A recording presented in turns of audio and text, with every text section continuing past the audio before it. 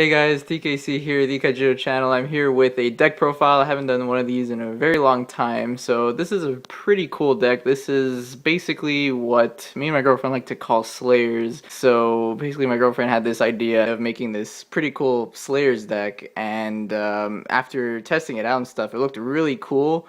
And I decided to kind of hop on board and kind of give my input, and we both kind of worked together to make this pretty fun Slayers deck, and it's evolved so much over the months. This started like way back before the championship. I was honestly considering running this at the LCQs, but we didn't get enough testing in, so I had to try Mega Bugs instead. But overall, very fun deck and could really catch people off guard. So as you can see right here, here's the water section for creatures. I have 3 Aqua Seneschals, just a very good card, very good tempo card. Attacking and drawing is always really good, especially when you combo it with a way to get rid of blockers on the field. Drawing cards just really good, especially when you attack and break shields at the same time. So Seneschal has always been a really good card, and it's been better than ever. Of course, you got to pair up the Seneschals with Rusalka. It's like they're like best friends basically, Seneschal and Rusalka. So there's the 3 Rusalkas there.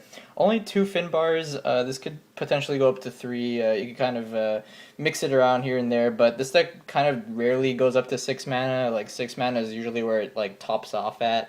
In case you really need a Terror Pit to be activated, and that way you go up to 7, but it's pretty rare that you go that high, so General Finbar is just there as like a safety net, just kind of like get rid of a big creature randomly out of the way, but that could easily be put up to 3 if you want. For the darkness, there's 3 Squeaky here. Actually, there's a whole Squeaky package here, which is really awesome.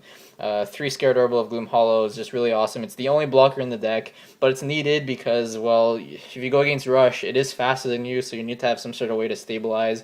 And Squeaky is probably the best one out there because it could also attack back. You know, it's not just binded by Skirmisher or Guard, so Scared Orbital was really good in that sense. Bat Breath Scared Orbital was really cool, only using 2 because it's kind of situational in its use, but it's unblockable and unattackable by level 5 or less.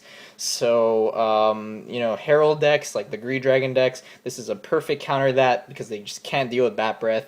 The minute decks start using like Granger and higher, that's where Bat Breath kind of falls off, but not many decks really have been using that, except for, I guess, the Panopter decks, which are probably going to be pretty popular now with Eternal Haven in the next set, so Bat Breath might have to be removed, but for now, at least in the Clash meta, Bat Breath is pretty outstanding. So definitely worth 2 slots there. 2 Dark Scared Orbital in here is really key in this deck. Sometimes you just need like a really big finisher just to kind of like get rid of a shield, maybe break 2 with it, but usually it's just to get rid of like one last shield just so you could easily go in for that last victory push. Dark Scared Orbital is just really good for that, and it pairs really well with a really funny card in this deck that you'll see later. You probably saw it at the start, but you'll see later on. For the fire section, only 3 Heal of Flames. This card is just nuts. It's really hard to deal with, so Heal of Flame has to be in here just to keep on being aggressive, and it's just a good follow-up to your turn 3 plays. It's just really good card needed in here. And now for the multi-civs, 3 Lizardskin Puppet, because this fits the theme of Slayers perfectly. It's a really cheap Slayer. It's your only turn 2 play in this deck, really, so this is kind of like the Blaze Belcher of the deck. It even has Blaze Belcher's effect. It has to attack each turn to Fable. So it's just a really annoying card to deal with early on because if they block it, well, they lose their blocker as well. So pretty good card. Then we got Freakish Test Subject here, probably the best Slayer right now. It's unblockable and has Slayer. It has 2 really good races as well, Cyberlord and Chimera. Unfortunately, this deck has no evolutions at all, but if you ever were to use it, this is really awesome for that with Emperor Neuron or Dendroid or even Hydra Medusa if you want. So really good card. It's really annoying because they can't block it. They have to run their Striders into it or something like that. Very good card. Then we have the other really key Slayer of the deck. We have Featherfin Stalker. Really good card. It's Seneschal mixed with Slayer. It's just absolutely nuts. 3,000 power is also really relevant as well. 3,000 power is a lot better than 2,000, of course. Featherfin's just really great. You put on pressure, you draw cards, and then you have to think, do I have to block this? Because, it's a Slayer, they're going to lose their blocker. Even when they have to attack it, they still have to lose their creature.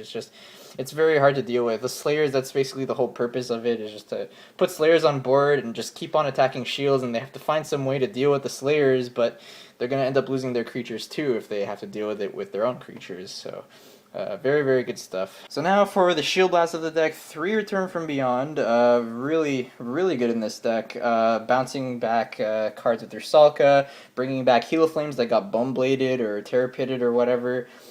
Really, really good card. Bringing back even like your Slayers, even that's a really good thing. It's just, like, especially bringing back Freakish. It's like, oh, if they find a way to get rid of Freakish and then you just kind of bring it back, well, what are they going to do about it? Once again, you have an unblockable creature on the field. They can't do anything about it.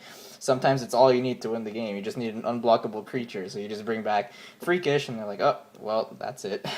Then after Return from Beyond, we have 2 Bone Blades. Only 2's needed in here because there are Tornado Flames in here, and not every deck maxes out on level 4 or less. I could see why you'd want to bump this up to 3 to kind of like be more prepared against enemy Heal Flames, I guess. But I think 2 is enough because of the 3 Tornado Flames, I think you basically have 5 ways, or actually 8 ways, to deal with opposing Heal Flames that attack your shield. 2 Bone Blades is enough. Then you gotta use 3 Terror Pits just to deal with like the big game stuff that you can't get rid of normally, like Andromeda and stuff like that. You could also bypass Andromeda with cards like Dark Scared Orbital, to just kind of break shields without attacking. So you need the Terror Pits there just to deal with stuff you can't normally deal with your other cards. Now the really fun card in this deck, Jump Jets. No one's been using this card because it's just kind of a really silly card, and my girlfriend's just like, oh, I just want to use this card in a deck, so we're going to try it in Slayers and see how it works, and it works incredibly well. It's really, really good. You can just surprise people with like a Jump Jets Freakish or a Jump Jets Lizard Skin turn 3, or even like a Seneschal that could draw you a card right away. Just like stuff like that, Jump Jets is just really good for, and it's really funny when you get into the late game because then you could also do something like Jump Jets Dark Scared Orbital with 7 mana, you break 3 shields, and you pretty much win the game from there if you get lucky. So Jump Jets is just really good. It's also really good fire mana early on because you don't want to really use it right away. You just want to use it to kind of give your creatures that extra push to win the game. Just give it fast attack and then zoom into the shields. It's like really good mana for Lizard Skin Puppet, for example. So really, really fun card. And lastly, 3 Tornado Flames to deal with like Herald of Infernus, Heal of Flames, and stuff like that. Tornado Flames are really good for that as well. So guys, let me know what you think about the deck. Really fun deck. I highly suggest you go try this out right before Shattered comes out because it's just a really, really fun deck. And if you have any suggestions, guys, let me know. I believe the deck is 41 cards, so if you could trim it down to 40 maybe, or test it out and just let me know what you guys think. Alright guys, so this is TKC, the Kaijudo channel, signing off with this awesome Slayers deck profile. See you later guys.